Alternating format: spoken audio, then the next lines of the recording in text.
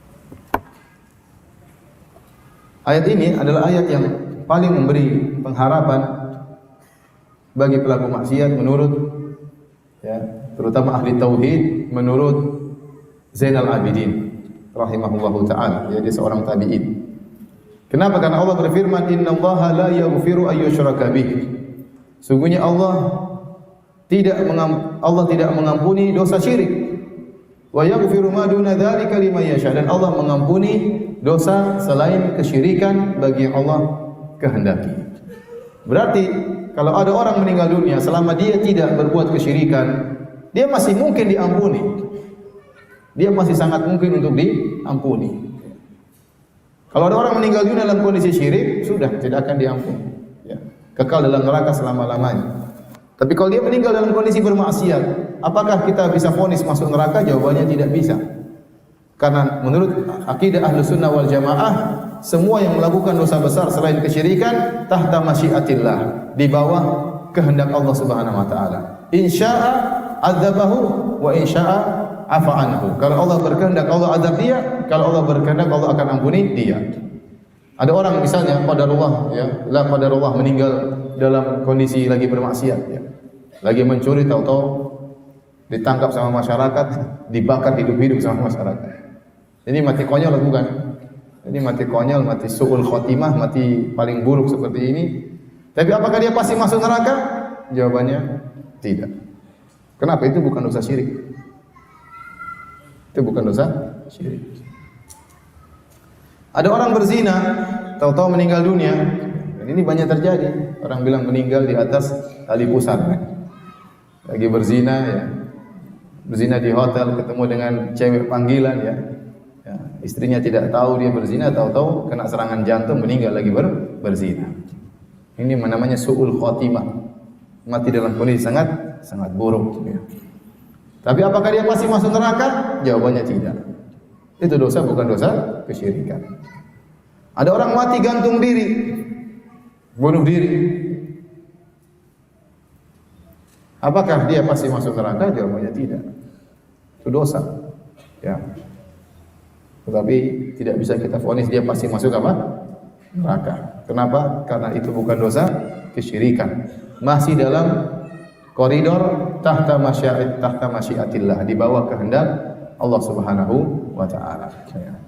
Maka menurut Zainal Abidin ya, bahwa ini ayat yang paling memberikan pengharapan. Maka jika seorang bertauhid kepada Allah Subhanahu wa taala, ya masih mungkin dia diampuni meskipun dosanya sebesar apapun. Meskipun ada kemungkinan untuk diazab, itu pun tidak akan abadi azabnya ya. Itu pun tidak akan abadi azabnya. Dan ini berbeda dengan pemahaman Khawarij dan pemahaman Mu'tazilah ya. Pemahaman Khawarij, pemahaman Mu'tazilah ya.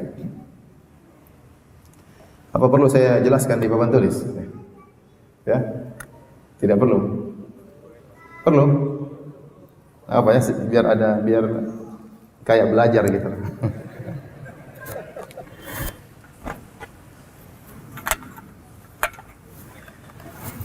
Jadi Allah Subhanahu wa taala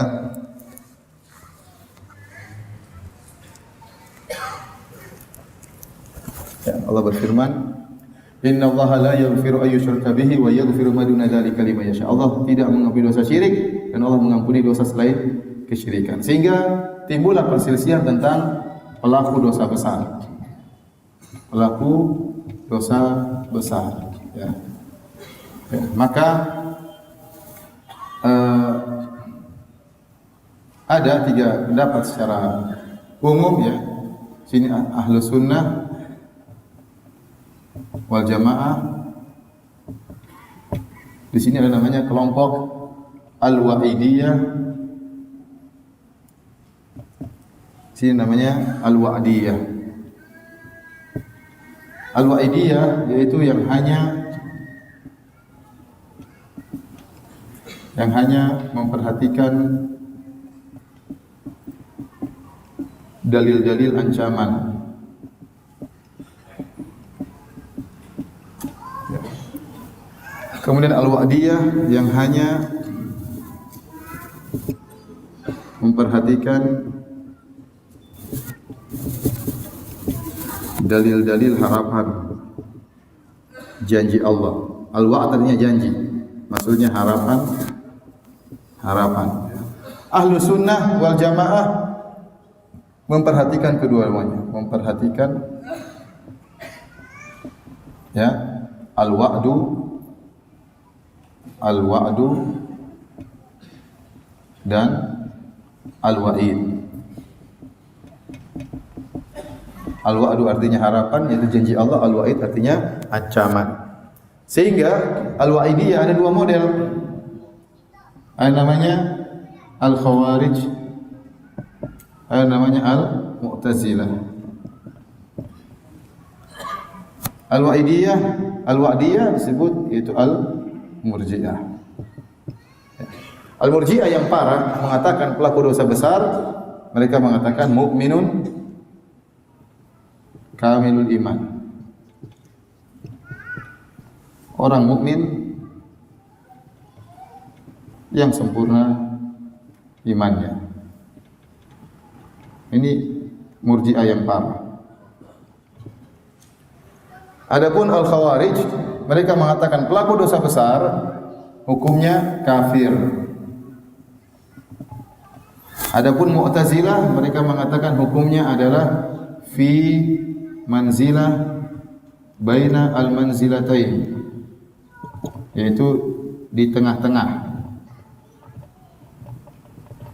antara mukmin dan kafir. Mukmin bukan, kafir bukan. Terus di mana? Di tengah-tengah. Ahlus sunnah mengatakan pelaku dosa besar adalah mukmin naqisul iman. Orang mukmin imannya kurang.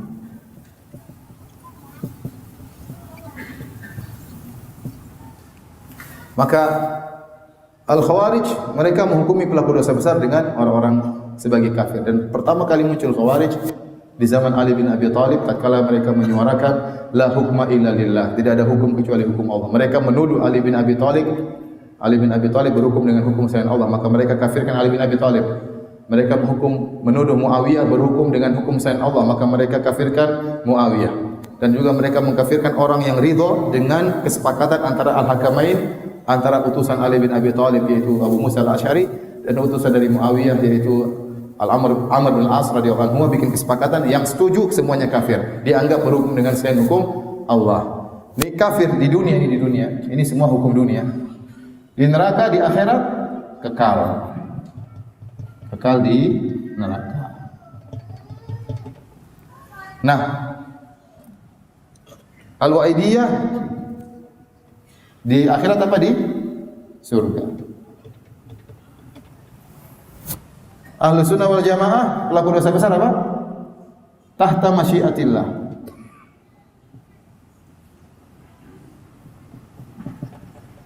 Di bawah kehendak Allah. Ayat yang kita sedang bahas di bawah kehendak Allah, ya. Wa yaghfiru ma duna dzalika liman yasha. Kalau Allah berkehendak Allah ampuni, kalau Allah berkehendak Allah apa? Azab. Paham? Tadi ayatnya apa? Wa yaghfiru ma duna dzalika liman yasha. Inilah maksudnya di bawah kehendak Allah. Di bawah kehendak Allah. Kalau Allah berkehendak Allah azab, kalau Allah berkehendak Allah ampuni. Terserah Allah. Ada orang meninggal minum bir, tahu-tahu mati, pasti neraka, kita enggak tahu. Itu urusan Allah Subhanahu wa taala. Bisa jadi Allah masukkan neraka, bisa jadi Allah ampuni. Dia masih mukmin, tapi imannya apa? Kurang. Mu'tazilah kalau khawarij konsisten, di dunia kafir, di neraka kekal di akhirat kekal di neraka. Mu'tazilah di dunia katanya bukan kafir, enggak mukmin, enggak apa? Enggak kafir. Terus apa? Tengah-tengah. Terus di akhirat gimana? Kekal juga di neraka. Kata para ulama, Mu'tazilah tidak konsisten. Harusnya di akhirat di tengah-tengah juga, tidak di neraka, tidak di surga harusnya. Diam aja gini ngeliat-ngeliat. Ya kan kalau di dunia tengah-tengah tidak kafir, tidak mukmin, harusnya di akhirat juga tidak di surga, tidak di neraka. Tapi dia tidak konsisten. Dia bilang di akhirat juga kekal di neraka. Sama seperti Khawarij, tetapi nerakanya masih di atas sedikit, masih mending. Tapi sama-sama apa? Kekal.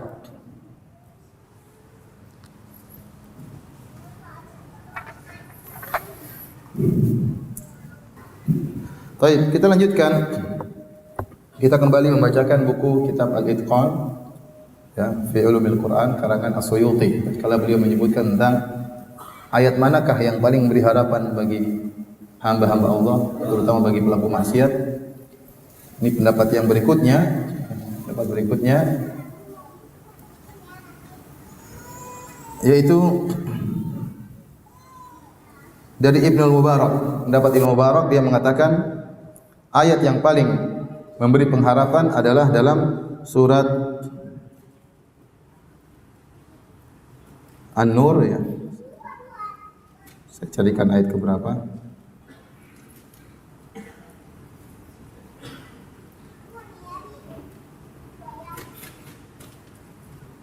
Surat An-Nur ayat 22. Surat An-Nur surat 24 ayat 22.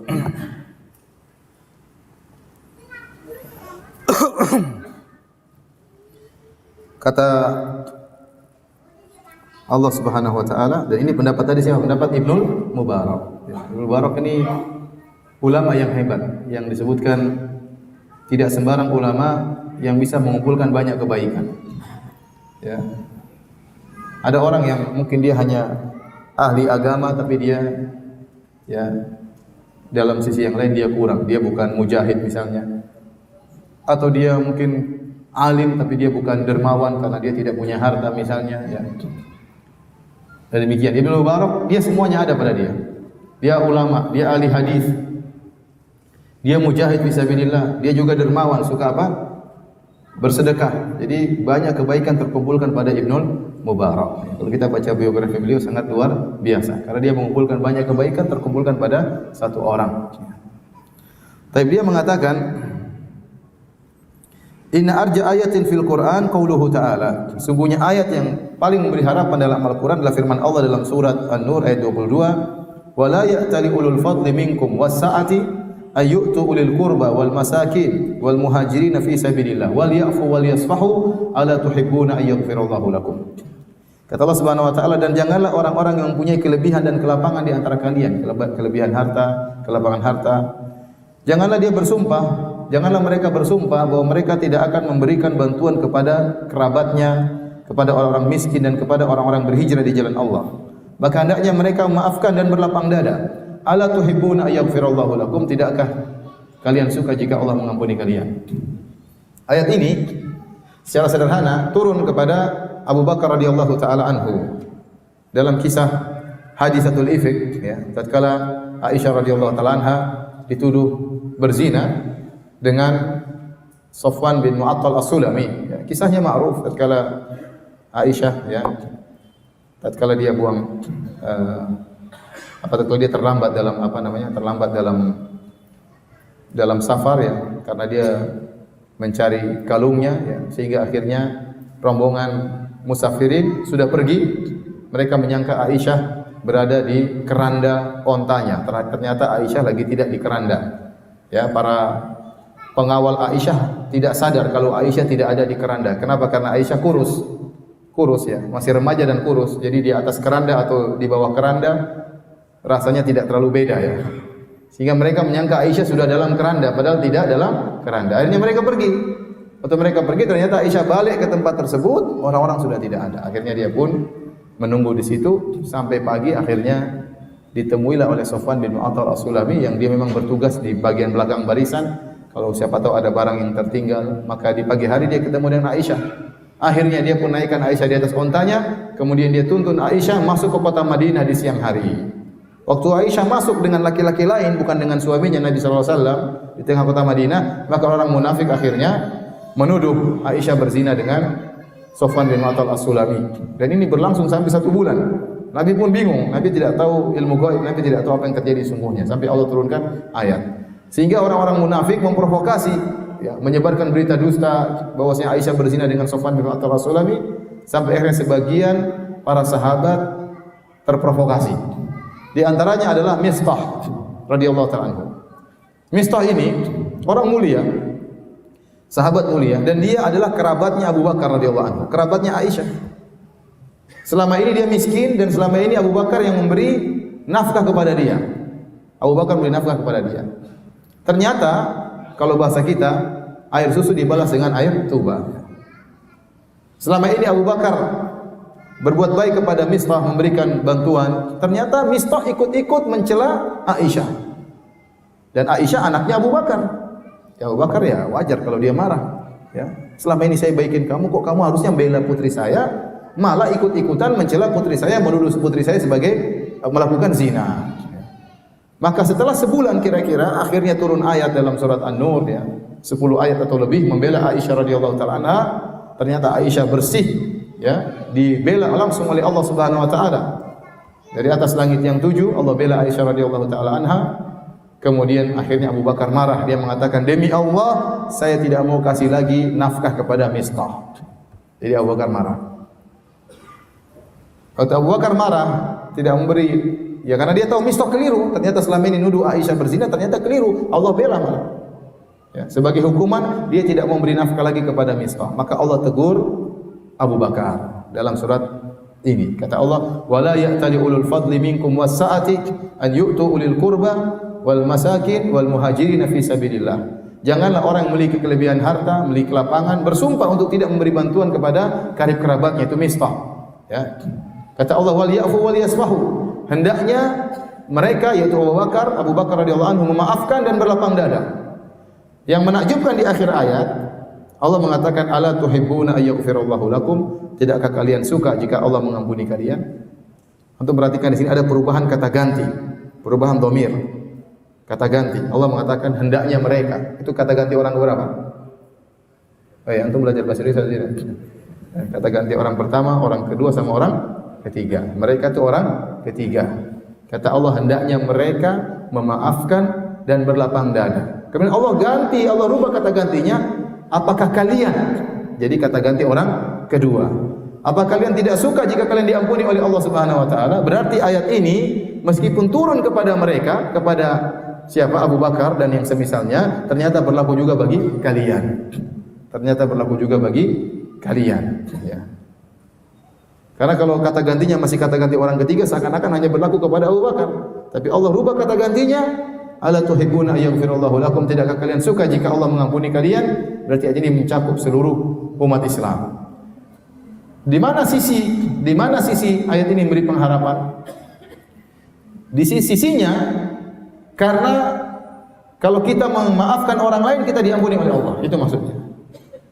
Kalau kita memaafkan orang lain, kita diampuni oleh Allah. Kalau kita berlapang dada, berusaha melupakan, semoga Allah melupakan, ya, dosa-dosa kita tidak diingatkan lagi. Semoga. Karena Allah mengatakan wal ya'fu, maafkanlah. Bukan cuma itu, Allah mengatakan wal yasfahu, dan berlapang dada. Ada tingkatan memaafkan, ada tingkatan lebih daripada sekedar memaafkan. Dia berusaha melapangkan, berusaha untuk melupakan. Ya. Makanya dikatakan akhlak yang mulia yang paling susah itu, ya, al-ihsan ila man asa, berbuat baik kepada orang yang berbuat buruk kepada kita. Berbuat baik kepada orang yang berbuat buruk kepada kita. Ya. Kalau memaafkan itu berat, yang lebih berat lagi melupakan, itu lebih berat lagi. Tapi semakin kita bisa memaafkan dan melupakan, semakin baik. Nah, itu susah, ya. Kenapa hadirin ayat ini sangat memberikan harapan bagi kita? Karena kita tahu kita ini banyak dosa. Benar, kita sering beristighfar dalam sholat kita, dalam zikir pagi petang kita beristighfar 100 kali. Ya. Pagi hari 100 kali, sore hari 100 kali. Di jalan kita beristighfar kepada Allah, dalam sujud kita beristighfar.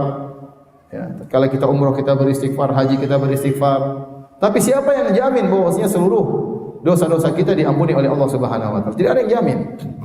Istighfar itu artinya apa? Istighfar, astagfirullah, artinya ya Allah, atlubu minka al-maghfirah. Ya Allah, aku mohon darimu al-maghfirah. Ini sudah sering saya jelaskan dalam kajian-kajian saya.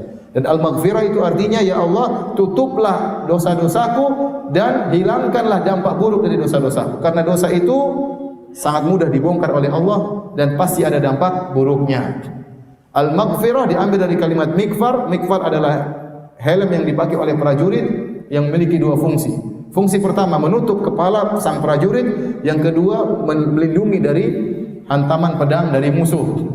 Tidak semua penutup kepala disebut dengan mikfar. Contohnya songkok, kolan suwa tidak dikatakan mikfar. Kenapa?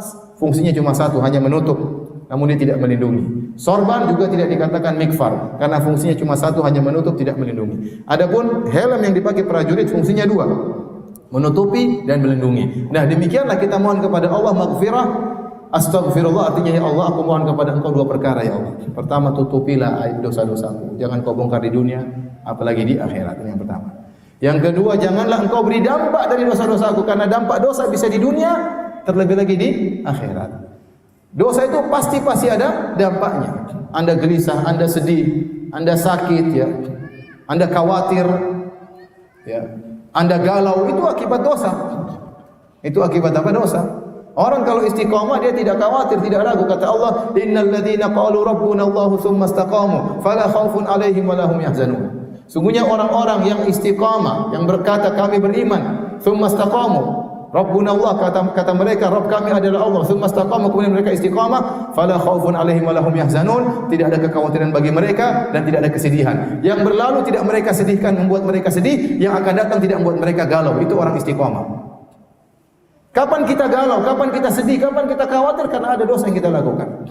Dan itu dampak dari dosa. Atau kalau kita mengatakan astaghfirullah, ya Allah, aku mohon maghfirah darimu, yaitu ya Allah, tutuplah dosa-dosaku, jangan Kau bongkar aibku di hadapan manusia di dunia, apalagi di akhirat.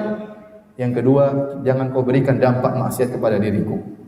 Nah, kita sering beristighfar, tapi tidak ada jaminan seluruh dosa-dosa kita diampuni oleh Allah Subhanahu wa taala.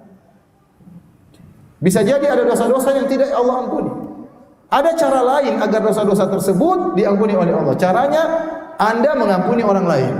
Caranya Anda mengampuni orang lain. Maka Allah mentakdirkan ada orang menzalimi Anda. Allah mentakdirkan ada orang ngata-ngatain Anda. Allah mentakdirkan ada orang mengejek Anda, merendahkan Anda. Maafkan dia. Ini kesempatan dosa-dosa Anda yang belum terhapuskan diampuni oleh Allah Subhanahu wa taala. Maka ayat ini dikatakan sebagai arja ayatin fi kitabillah menurut Ibnu Mubarak. Ayat yang paling memberi harapan kepada hamba-hamba Allah. Karena dosa-dosa bisa diampuni dengan cara kita mengampuni orang lain. Tapi itu sangat susah, ya. Sangat susah, ya. Kebanyakan orang kalau sudah diganggu dia ingin balas, ya. Kalau bisa dibalas lebih parah daripada. Saya sebenarnya sabar, tapi dia kurang ajar sekali, ya. Itu namanya enggak sabar, ya. Memang susah, tapi ya begitulah. Kalau Anda renungkan ayat ini, ketahuilah kalau ada orang ngata-ngatain Anda, ada orang menuduh-nuduh Anda, ada orang mengejek Anda, merendahkan Anda, itu pasti terjadi. Ya, ada orang suudzon sama Anda, dan itu pasti terjadi. Namanya dalam siapapun Anda, ya. Siapapun Anda, ya, ustadz kah, bukan ustadz kah, direktur lah, apalagi pegawai lah, semuanya pasti dizolimi. Dia pasti pernah merasakan hal ini, dizolimi oleh orang. Dizolimi oleh orang yang jauh maupun yang dekat. Terkadang dizolimi sama orang jauh, terkadang dizolimi sama tetangganya, terkadang disakiti oleh keluarganya, disakiti oleh suaminya, disakiti oleh istrinya, disakiti terkadang oleh kakak dan adiknya, orang tuanya. Ya sudah, maafkan aja. Maafkan, ini kesempatan dosa-dosa Anda diampuni oleh Allah Subhanahu wa taala. Baik, kita lanjutkan.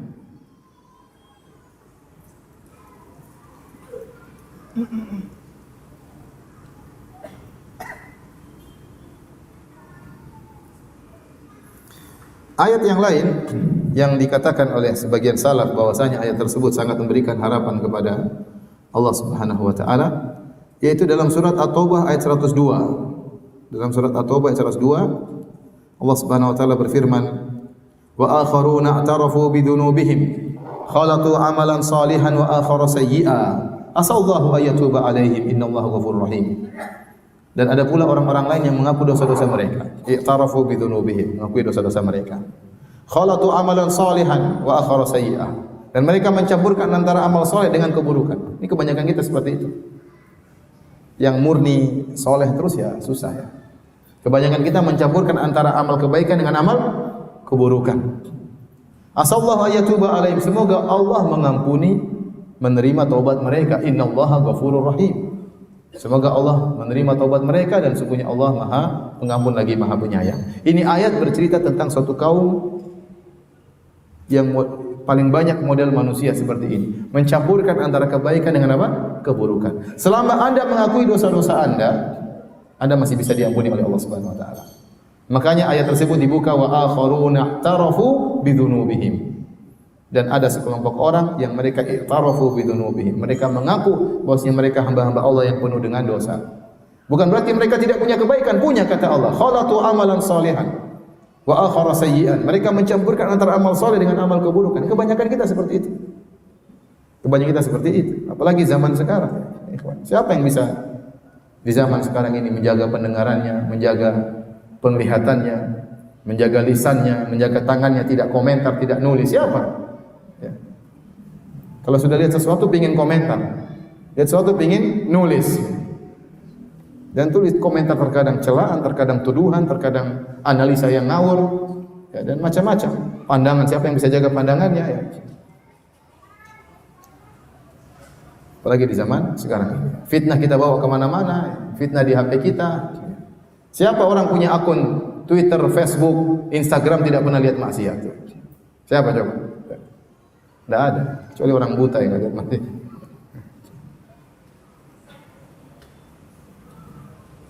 Oleh karenanya, ayat ini sangat beri harapan karena orang model seperti ini selama dia mengakui dosa-dosanya, asallahu ayyatuba alaihim, semoga Allah mengampuni mereka.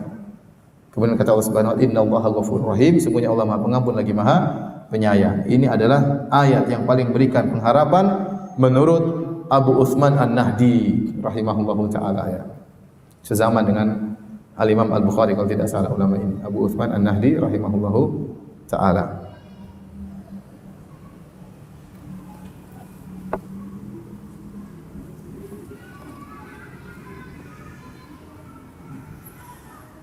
Kemudian di antara ayat yang sangat memberikan harapan kepada hamba-hamba Allah Subhanahu wa taala adalah pendapat Abu Ja'far An-Nahas, yaitu dalam surat Ar-Ra'd surat 13 ayat 6. Dalam surat 13 ayat 6. Kata Allah Subhanahu wa taala, ya, di akhir ayat kata Allah Subhanahu wa taala, wa inna rabbaka ladzu maghfiratin lin-nasi 'ala dzulmihim wa inna rabbaka lasyadidul iqab. Sungguhnya Tuhanmu benar-benar mempunyai ampunan yang luas bagi manusia meskipun mereka zalim. Wa inna rabbaka ladzu maghfiratin lin-nas. Sungguhnya Allah Maha Pengampun yang luas, ampunan yang luas kepada manusia meskipun mereka zalim. Ya, meskipun mereka zalim, ya. Allah tidak mengatakan sungguhnya Allah memiliki pengampunan yang luas kepada manusia atas kebaikan mereka, tidak. Tapi Allah mengatakan atas kezaliman mereka. Dan Allah tutup ayatnya, wa inna rabbaka lasyadidul iqab. Sungguhnya Allah itu azabnya sangat pedih. Azab Allah sangat pedih, tapi ternyata meskipun manusia zalim, Allah memiliki, ya, ampunan yang sangat luas, ya. Maka seorang yang berbuat zalim jangan dia putus asa, karena ayat ini mengatakan Allah memiliki ampunan bagi orang yang berbuat zalim, zalim kepada dirinya. Maka masih sangat mungkin diampuni oleh Allah Subhanahu wa taala.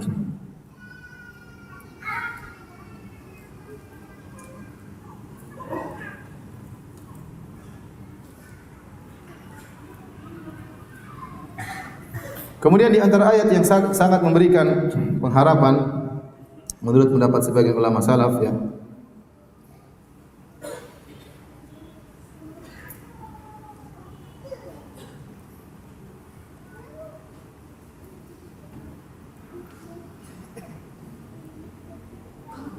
Surat Asy-Syura ayat 30. Surat Asy-Syura ayat 30. Allah Subhanahu wa taala berfirman, "Wa ma asabakum min musibatin fa bima kasabat aydikum wa ya'fu an katsir." Apa saja yang menimpa kalian berupa musibah, maka ini akibat ulah perbuatan kalian dan akan mengampuni, dan Allah mengampuni banyak dosa-dosa kalian. Saya ulangi, tidak ada musibah yang menimpa kalian, musibah apapun kecuali akibat ulah kalian. Wa ya'fu an katsir, dan Allah banyak mengampuni dosa-dosa kalian, ya. Ayat ini dari mana? Menunjukkan ayat yang sangat memberi harapan kepada kita dari dua sisi. Pertama, Allah mengatakan wa ya'fu an katsir. Berarti apa? Berarti banyak dosa-dosa kita yang tidak dianggap oleh Allah Subhanahu wa taala. Taruhlah kita mungkin melakukan dosa 1000, banyak mungkin 300 Allah ampuni, Allah tidak peduli. Berarti sudah harapan yang luar biasa. Paham?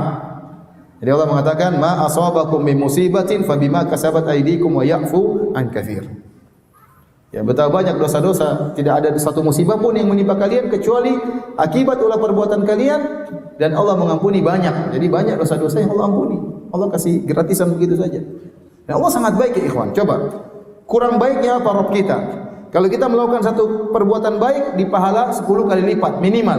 Kalau enggak 10 kali lipat, 70 kali lipat. Kalau enggak 700 kali lipat. Kalau enggak adha'afan katsira, berlipat-lipat. Kalau kita maksiat cuma dihitung satu. Kita satu maksiat, dosanya satu. Satu maksiat, dosanya satu. 10 maksiat, dosanya 10. Kalau kebaikan, satu kebaikan bisa jadi dihitung 10 kebaikan, bisa jadi 70 kebaikan, bisa jadi 700 kebaikan, bisa jadi lebih daripada itu. Jadi sudah sangat baik Allah. Jadi malaikat nyatatnya sebenarnya tidak seimbang. Tidak seimbang antara dosa dengan kebaikan. Sudah begitu, kalau kita melakukan kebaikan, dicatat banyak kebaikan, Allah juga banyak yang Allah cuekin, Allah tidak pedulikan, Allah ampuni. Wa ya'fu an katsir. Kemudian sisa dosa yang tidak diampuni oleh Allah ini, sebagiannya Allah segerakan hukuman di dunia, agar kita tidak rasakan di akhirat. Ini sisi kedua. Wa ma asabakum min musibatin fabima kasabat aydikum. Tidak ada musibah yang menimpa kalian kecuali akibat perbuatan kalian. Makanya tidak ada yang menimpa seorang muslim, apakah kesedihan, gundah gulana, kekhawatiran, sakit, ya, kecelakaan, ya, apa saja yang buat dia sedih, susah, kecuali itu akan mengurangi dosa-dosanya. Ini sebenarnya, ya, ayat ini menurut sebagian ulama adalah memberi harapan kepada kita. Karena kita tahu kita tidak luput dari kesedihan.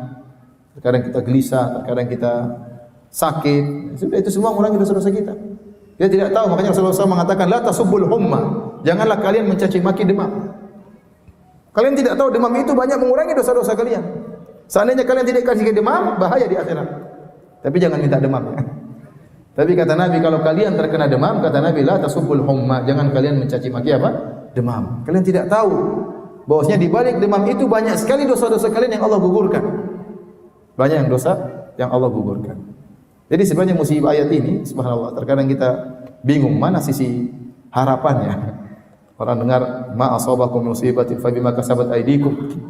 Tidak ada satu musibah menimpa kalian kecuali, ya, akibat ulah perbuatan kalian. Seakan-akan ayat yang memberi ketakutan, tapi ternyata menurut sebagian salaf ini ayat bukan memberi ketakutan, tapi memberikan apa? Harapan. Karena sebagian dosa-dosa kita digugurkan dengan sebagian kesulitan yang kita hadapi tatkala di dunia.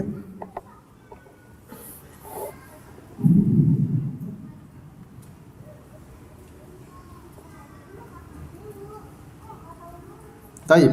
Yang paling menakjubkan lagi di antara pendapat para salaf tentang ayat yang paling memberikan harapan adalah ayatul dain. Ayat tentang hutang yang Allah sebutkan dalam surat Al-Baqarah, yaitu ayat surat Al-Baqarah ayat 282. Surat Al-Baqarah surat kedua ayat 282. Ayat tentang hutang. Saya bacakan ya. Ya ayyuhalladzina amanu idza tadayantum bidainin ila ajalin musamman faktubuh, ya, dan seterusnya. Wahai orang yang beriman, jika kalian berhutang dengan suatu hutang untuk jangka waktu tertentu, maka tulislah. Dan seterusnya, ayatnya panjang. Ayat paling panjang di Al-Quran ayat ini ya. Ini satu halaman tok, satu ayat. Namanya ayatul dain, ayat tentang hutang. Allah suruh nulis ya. Banyak orang kalau hutang-hutang tidak nulis ya. Akhirnya merasa tidak berhutang. Ini ayat ini satu halaman tok tentang apa? Tentang hutang. Coba siapa yang cerdas di antara antum sekalian? Saya tahu antum semua cerdas lah. Tapi saya ingin tahu yang paling cerdas. Kok bisa ayat ini dikatakan ayat yang memberi harapan kepada kita? Dari sisi mana? Ada yang tahu? Kalau ayat ampunan jelas beri ampunan. Ayat ini tentang hutang, kenapa dianggap oleh sebagian salaf bahwasanya ayat ini merupakan ayat yang paling beri harapan kepada kita? Dari sisi mana? Ada yang tahu? Saya kasih hadiah. Ya. Karena kalau orang menyelesaikan hutangnya, maka selesai. dia nggak akan ada tanggungan di akhirat. Masya Allah. Kata dia, kata beliau, karena barang siapa yang menyelesaikan hutangnya, dia tidak punya tanggungan di akhirat. Masya Allah. Tapi salah, bukan itu. Ini Masya Allah, ini bagus, ini jarang orang ini bagus ya. Bayangkan, benar, kalau kita punya hutang, masalah di akhirat atau tidak? Maka seakan-akan Allah bilang, selesaikan hutang. Kalau enggak, repot di akhirat. Nabi pernah tidak mau menyalatkan seorang karena gara punya hutang 2 dinar. Ya. Repot, Nabi tidak mau sholatin dia sampai hutang dilunasi dulu. Tapi ini benar tapi salah kan? Kurang tepat. Bukan itu yang disinggung oleh para ulama. Ada yang bisa jawab lagi yang lain? Coba. Terus?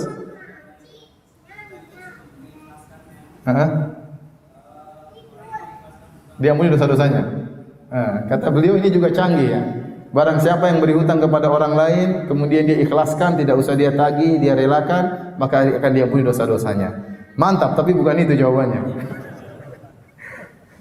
Itu juga harapan, tapi bukan itu jawabannya. Ada lagi yang tahu? Coba. Apa?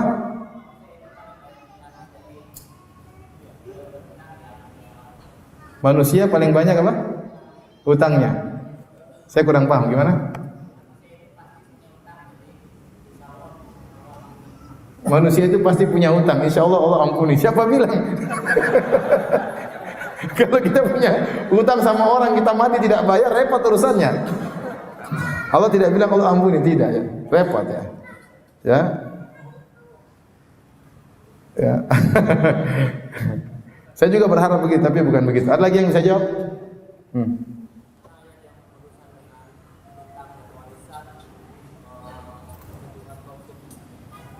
Menimbulkan apa? Jadi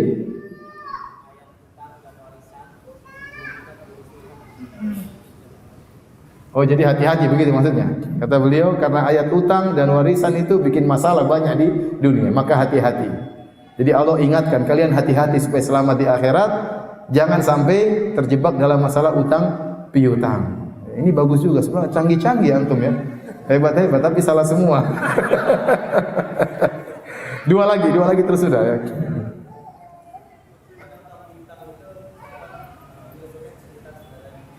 Karena utang piutang dapat apa?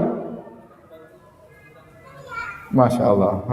Karena hutang piutang itu dapat membantu saudara. Dan benar hutang piutang itu memang dibangun di atas tolong menolong. Beda dengan perdagangan. Makanya kalau hutang piutang tidak boleh ambil untung. Kalau perdagangan boleh ambil untung, tapi hutang piutang dibangun di atas tolong menolong. Semua yang dibangun di atas tolong menolong tidak boleh ambil untung. Kalau ambil untung namanya riba. Benar hutang piutang membantu saudara, tapi bukan itu jawabannya. Yang terakhir, coba yang terakhir Pak, Pak. Salam warahmatullahi. Ya. Ya.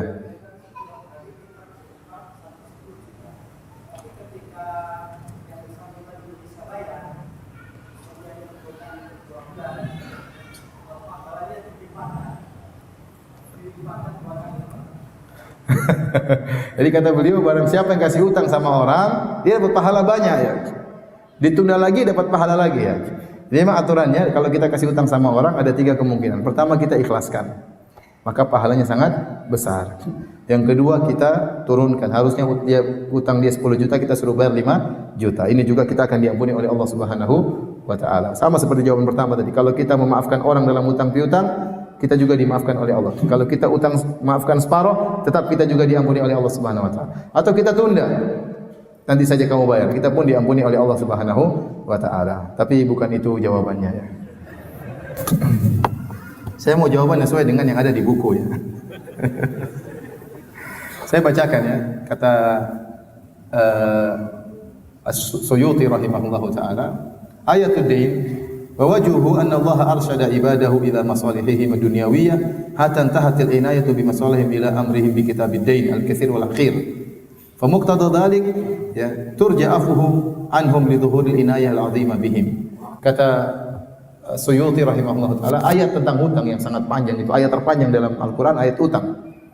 Menunjukkan bagaimana besar perhatian Allah terhadap hamba-hambanya. Bahkan dalam masalah pelik seperti ini, dan ini masalah dunia, Allah suruh begini, hitung begini, atur begini, catat begini, yang besar, yang ringan, saksinya berapa, Allah begitu perhatian. Ini menunjukkan perhatian Allah yang sangat besar kepada hamba-hambanya.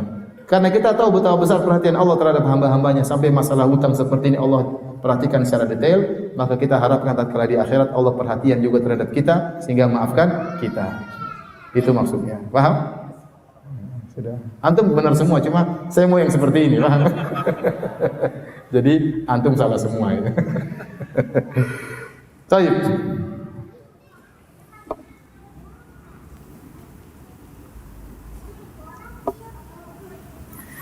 Ada lagi ayat yang lain ya. Masih ada waktu kan? Ini sampai jam berapa, Pak Haiban? Sampai jam berapa? Sampai sore? Boleh? Terus saja. Ada ayat terakhir panjang sekali bahasannya. Ayat terakhir agak panjang bahasannya, butuh 15 menit ya.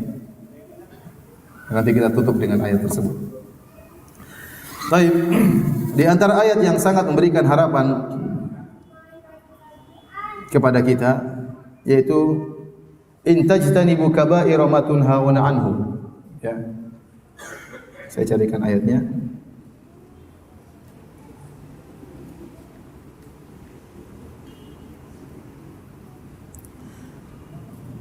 Surat An-Nisa ayat 31. Sebagian salah berpendapat bahwa ini ayat yang paling beri harapan kepada kita. In tajtanibu kaba'ira ma tunhauna anhu nukaffir ankum sayyi'atikum wa nudkhilkum mudkhalan karima. Kalau kalian menjauhi dosa-dosa besar yang dilarang bagi kalian, kami akan mengampuni dosa-dosa kalian dan kami akan masukkan kepada kalian ke tempat yang mulia, surga. Jadi Allah di sini mempersyaratkan agar bisa diampuni, cuma menjauhi dosa-dosa besar. Allah tidak mempersyaratkan kemudian kalian minta maaf, tidak ada syarat di dalam ayat ini. Zahir ayat ini tidak ada syarat Anda minta maaf, tidak. Syaratnya in tajtanibu kaba'ira ma tunhauna anhu, kalau kalian menjauhi dosa-dosa besar, nukaffir ankum sayyi'atikum, kami akan ampuni dosa-dosa kalian. Wa nudkhilukum mudkhalan karima, dan kami akan masukkan kalian ke dalam tempat yang mulia, surga. Berarti kalau seorang selama ini dia mungkin terjerumus dalam dosa kecil, tapi dosa besar dia jauhi terus, maka insyaallah Allah bisa mengampuni dia meskipun dia tidak istighfar. Paham? Makanya ayat ini dianggap sebagai ayat yang paling memberikan juga harapan kepada hamba-hamba Allah. Dosa-dosa besar banyak, makanya ayat ini mengharuskan kita untuk belajar apa saja dosa-dosa besar untuk kita jauhi. Maka perlu kita baca buku kitabnya Al-Imam Adz-Dzahabi Al-Kabair, 70 dosa besar. Pelajari 1, 2. Kalau Anda bisa selamat dari 70 itu, insyaallah dosa-dosa kecil enggak dianggap oleh Allah Subhanahu wa taala. Harus belajar ya. Apa saja dosa-dosa besar. Mudah-mudahan nanti Pak Haiban bisa bikin kajian khusus tentang dosa-dosa besar. Ya, bahas. Oh, kena saya 1. Oh, kena 2, kena 3, kena 4, kena 5. Oh, banyak juga ya. Berusaha hindari kalau Anda meninggal tidak melakukan dosa besar, sangat kemungkinan besar Allah mengampuni dosa-dosa Anda meskipun Anda tidak istighfar kepada Allah Subhanahu wa taala. Maka benarlah ayat ini sangat memberikan harapan kepada Allah Subhanahu wa taala.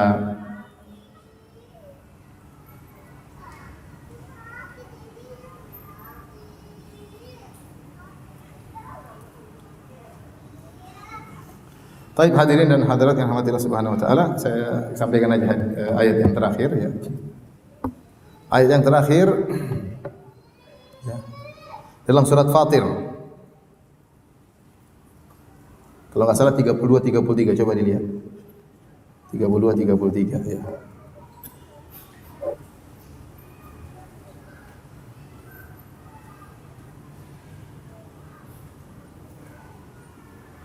Ya benar. Surat Fatir ayat 32 sampai ayat 33 ya. Saya tuliskan di sini. Tolong dihapus, tolong dihapus. Tolong dihapus. Ayat Fatir, surat Fatir ayat 30 sampai 33.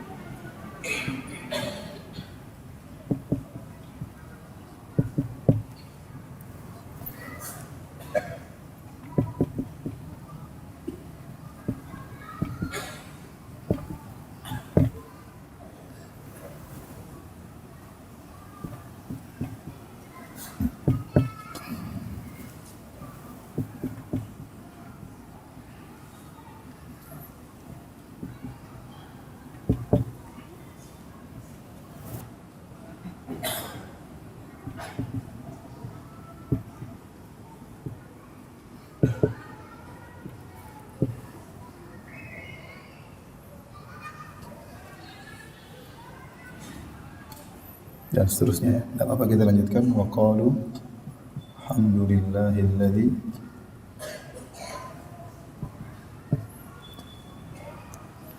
adhaba 'anna al-hazan. Rabbana la ghafurun syakur.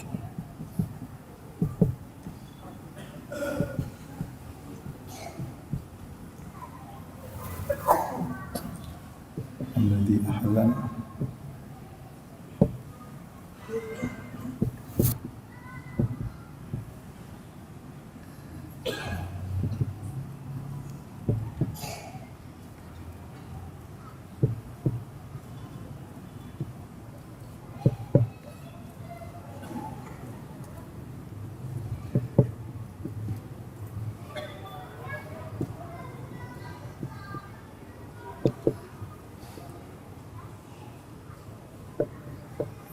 Taib ini surat Fatir ayat 32, 33, 34 dan seterusnya.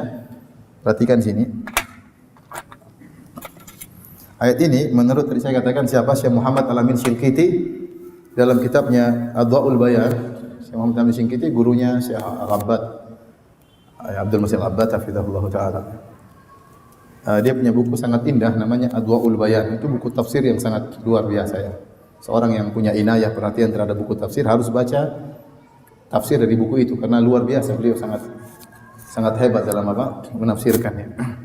Jadi Allah berfirman, "Tsumma awrasna." Kemudian saya terjemahkan ya, lalu kami wariskan. Ya. Kami wariskan Alkitab, maksudnya apa? Al-Qur'an. Kepada orang-orang yang kami pilih.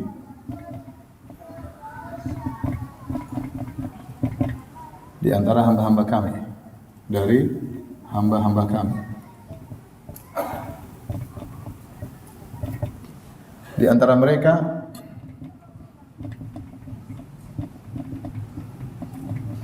yang pertama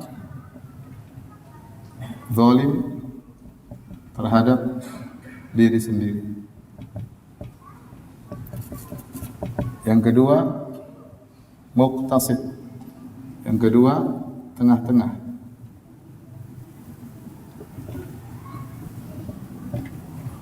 Yang ketiga berlomba dalam kebaikan.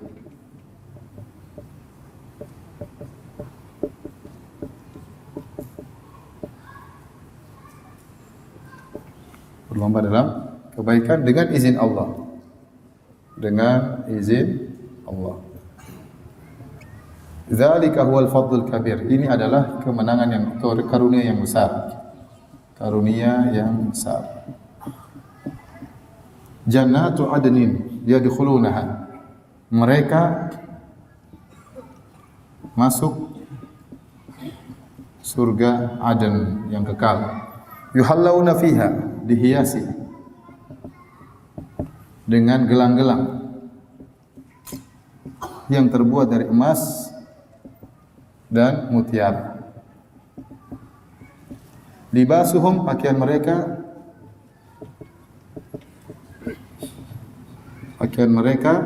yaitu sutra. Mereka berkata, segala puji bagi Allah yang telah menghilangkan dari kami kesedihan. Sungguhnya Rabb kami, ya, sangat baik. Rabb kami sangat pengampun, Maha Pengampun,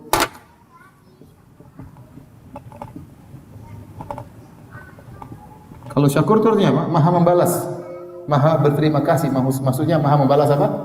Kebaikan, maha membalas kebaikan.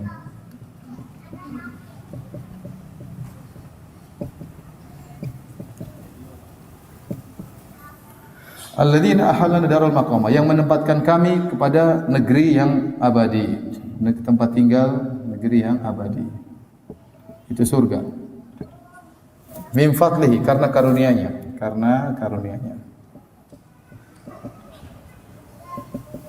La yamassuna fiha nasab, kami tidak ditimpa, tidak disentuh. Kami tidak disentuh oleh capek. Apa ya? Bukan capek apa ya? Nanti saya jelaskan. Ya, bolehlah. Letih dan capek sama saja kan? Capek. Baik. Perhatikan sini. Setelah ayat ini Allah mengatakan walladzina kafaru lahum naru jahannam. Ya. La yuqda alaihim fayamutu wa la yukhaffafu anhum min adabiha. Kadzalika najzi kulla kafur. Setelah ayat ini ayat berikutnya Allah mengatakan dan orang-orang kafir ya, bagi mereka adab yang pedih. Mereka tidak akan dimatikan dalam neraka dan mereka tidak akan dikurangi adab mereka. Demikianlah kami beri balasan kepada orang-orang yang kafir. Sebelumnya Allah bercerita tentang penghuni surga. Setelah Allah mencerita penghuni surga, kemudian Allah bercerita tentang penghuni apa? Neraka. Ayat selanjutnya tentang orang-orang penghuni neraka ya. Nah, ternyata waktu Allah bercerita tentang penghuni surga, Allah menyebutkan penghuni surga ada 3. Zalim terhadap diri sendirinya, orang yang tengah-tengah dan yang berlomba dalam kebaikan. Saya bacakan. Kemudian kami wariskan Alkitab kepada orang-orang yang kami pilih. Alkitab kami wariskan maksudnya apa? Kami tahan Al-Quran. Kami tidak berikan kepada orang Yahudi, kami tidak berikan kepada orang Nasrani. Allah tunda sampai untuk orang-orang apa? Islam. Kami wariskan Al-Quran kepada hamba-hamba yang kami pilih. Siapa orang-orang yang dipilih tersebut? Yang Allah pilih Al-Quran buat mereka untuk mereka amalkan dari hamba-hamba Allah. Allah bagi ada 3 orang. Yang pertama zalimun li nafsi, orang zalim terhadap diri sendiri, itu para pendosa. Ini apa? Para pendosa. Yang kedua muqtasid, yang tengah-tengah. Yang ketiga sabiqun bil khairat, yang berlomba dalam kebaikan. Kata para ulama, kita bisa bagi model orang 3. Yang pertama zalim terhadap diri sendiri, itu maksiat, lakukan maksiat, berbuat dosa-dosa ya. Dia punya kebaikan tapi dia melakukan maksiat. Ada kewajiban yang dia tinggalkan, ada hal-hal yang haram dia kerjakan. Itulah zalim li nafsihi. Yang kedua muqtasid, yang tengah-tengah. Dia itu yang wajib-wajib dia kerjakan, yang haram-haram dia tinggalkan, tapi yang sunnah tidak dia kerjakan, yang makruh dia jalani. Paham? Yang tengah-tengah itu hanya ngerjain yang wajib-wajib. Salat ya 5 waktu aja. Rawatib tidak, salat tahajud tidak, duha tidak. Ya, enggaklah pokoknya salat 5 waktu. Yang wajib-wajib dia kerjakan, yang sunnah-sunnah tidak dia kerjakan. Yang haram-haram dia tinggalkan, yang makruh-makruh dia lakukan, tidak ada masalah. Ini namanya orang yang tengah. Yang ketiga, berlomba-lomba dalam kebaikan. Ini yang wajib dia kerjakan, yang sunnah-sunnah juga dia kerjakan. Yang haram-haram dia tinggalkan, yang makruh-makruh juga dia tinggalkan. Berlomba-lomba dalam kebaikan dengan izin Allah Subhanahu wa taala. Kata Allah, "Dzalikal huwal fadlul kabir." Ini bisa berlomba-lomba dalam kebaikan itu adalah karunia yang besar. Tidak semua orang mendapatkannya.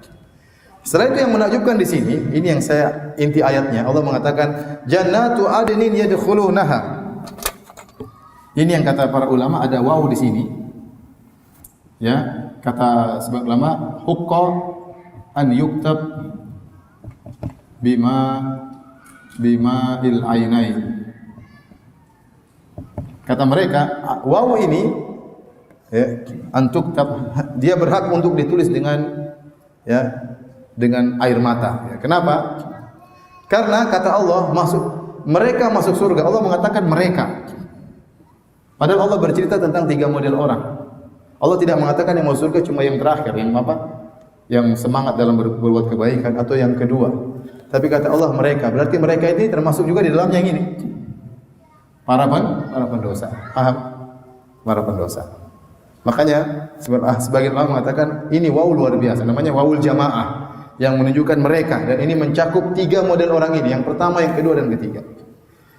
Ternyata mereka juga dijanji surga oleh Allah Subhanahu wa taala. Saya tanya sama antum, kira-kira kita termasuk yang mana? Yang pertama, yang kedua atau yang ketiga? Kira-kira yang mana? Yang ketiga. Sunnah semua dikerjakan ya.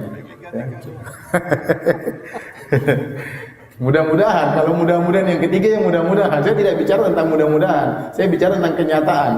Kenyataan kita yang mana biasanya? Kemungkinan yang ini. Mudah-mudahan kita yang ketiga, kita berharap. Ibu-ibu coba masuk yang mana? Ibu-ibu coba. Enggak pernah ngangkat suara sama suami, ya. Enggak pernah bentak-bentak suami, disuruh suami selalu nurut, itu berarti yang ketiga ya. Tapi kalau ngomel sama suami, kemungkinan yang mana? Yang ini kemungkinan besar. Jadi, kenapa ayat ini sangat memberikan harapan dari banyak sisi? Yang pertama, ya, Allah mendahulukan penyebutan penghuni surga yang Allah pilih pertama ini.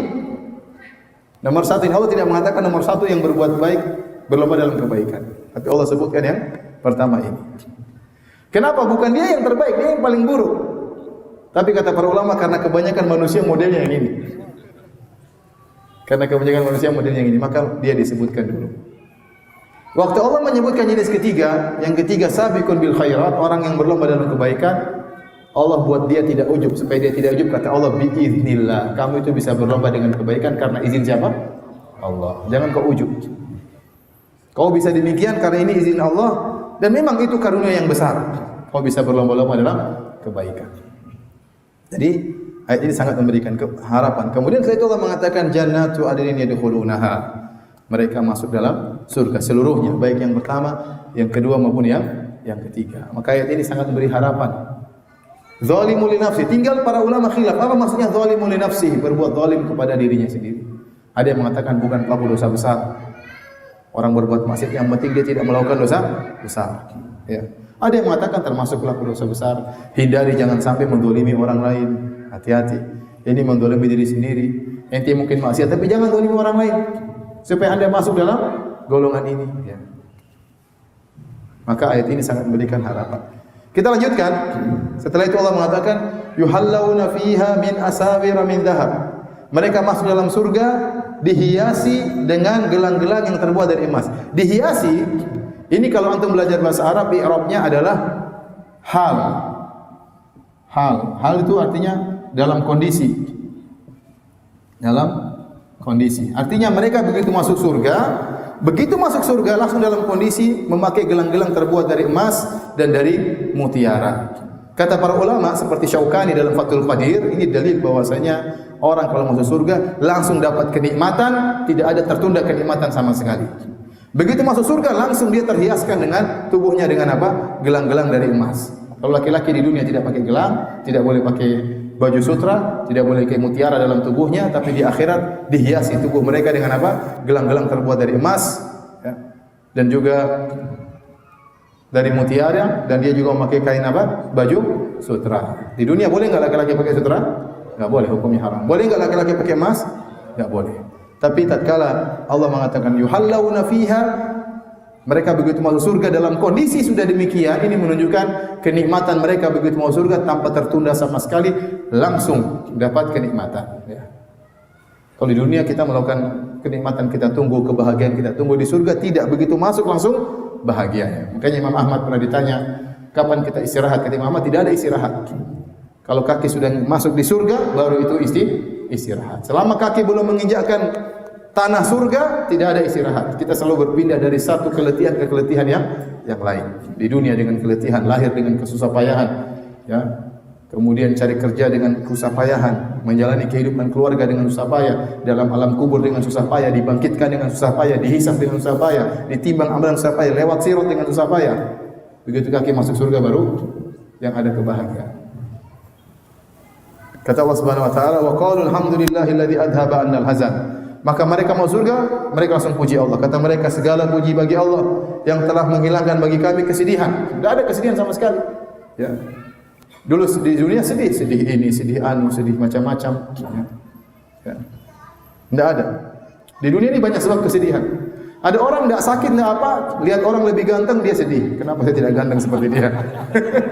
Kasihan, dia sedih. Padahal dia sehat-sehat aja. Sehat, nikmat, sudah makan. Tapi lihat orang lebih ganteng, sedih. Lihat orang punya mobil mewah, sedih. Lihat orang istrinya lebih cantik, sedih. Ya. Banyak sebab-sebab kesedihan. Sana semua kesedihan hilang. Inna Rabbana laghafurun syakur. Sungguh Rabb kami sangat maha pengampun. Mereka akui bahwasanya mereka bisa masuk surga itu karena ampunan apa? Allah. Tidak ada yang luput dari dosa. Maka mereka akui waktu mereka masuk ini karena ampunan Allah. Kalau Allah tidak mengampuni saya tidak akan bisa masuk dalam surga. Kalau Allah bermuamalah saya seperti pedagang, persis sama, saya tidak akan lolos. Tapi saya diampuni oleh Allah Subhanahu wa taala. Syakur, Allah sangat memberi balasan yang terbaik, ya. Allah memberi balasan yang terbaik. Kemudian kata mereka, alladzi ahallana darul muqamah, yang telah menempatkan kami di tempat yang sesungguhnya, tempat untuk tinggal. Darul muqamah itu tempat untuk tinggal. Ini isyarat bahwasanya dunia ini bukan tempat untuk tinggal yang sesungguhnya. Kita akan meninggalkan dunia ini, ya. Kita akan meninggalkan rumah mewah yang kita bangun, ya, meninggalkan aset-aset yang kita kumpulkan, semua kita tinggalkan. Kita menuju tempat kita yang sungguhnya, darul muqamah, tempat untuk tinggal. Min fadlihi, karena karunia Allah Subhanahu wa taala. Kemudian kata mereka, la yamassuna fiha nasabun wa la yamassuna fiha lugub. Dan kami tidak ditimpa dengan nasab dan lugub. Apa bedanya nasab dengan lugub? Ada yang tahu? Nasab adalah kesusahan tatkala sedang berbuat, adapun lugub adalah keletihan setelah bekerja. Dua-duanya tidak dialami oleh penghuni surga. Sebagian orang tatkala beraktivitas semangat, tapi setelah saya beraktivitas capek badannya ini, itu namanya lugub. Lugub itu keletihan setelah beraktivitas. Nasab kesusahan tatkala beraktivitas. Dua-duanya tidak ada dalam surga, tidak ada capek. Jadi kalau masuk di surga bermain dengan bidadari tidak ada capeknya. Tidak ada capeknya. Ya, makanya karena tidak ada capek, tidak ada letih, di surga tidak ada tidur. Karena orang tidur itu kalau apa? Capek dan letih. Waktu Nabi SAW ditanya, apakah penghuni surga tidur? Kata Nabi, an-naumu akhul maut. Tidur itu saudaranya kematian. Tidak ada penghuni surga yang tidur. Karena kalau dia tidur, berarti dia off dari kenikmatan. Dan Allah tidak mau penghuni surga ada yang longak-longok gitu, nggak ada kegiatan. Dia selalu dalam kenikmatan, tidak ada stop off, tidak ada sama sekali. Begitu lagi main saya berdiri ngantuk, mas bangun mas, ngantuk, nggak ada. Semangat terus di surga nggak ada. Tatkala beraktivitas semangat, setelah beraktivitas juga tidak ada rasa letihnya. Itulah penghuni surga. Semoga Allah masukkan kita semua dalam surganya, ya, dengan karunia dan ampunannya. Baik, demikian saja para hadirin dan hadirat yang dirahmati Allah Subhanahu wa taala. Kajian kita tentang ayat-ayat yang sangat memberikan harapan pada para pelaku dosa. Kita buka kafaratul majelis. Subhanallahi bihamdik, asyhadu alla ilaha illa anta, astaghfiruka wa atubu ilaik. Assalamualaikum warahmatullahi wabarakatuh. Jibril Radio, 24 jam nonstop dengerin kajian tanpa ribet.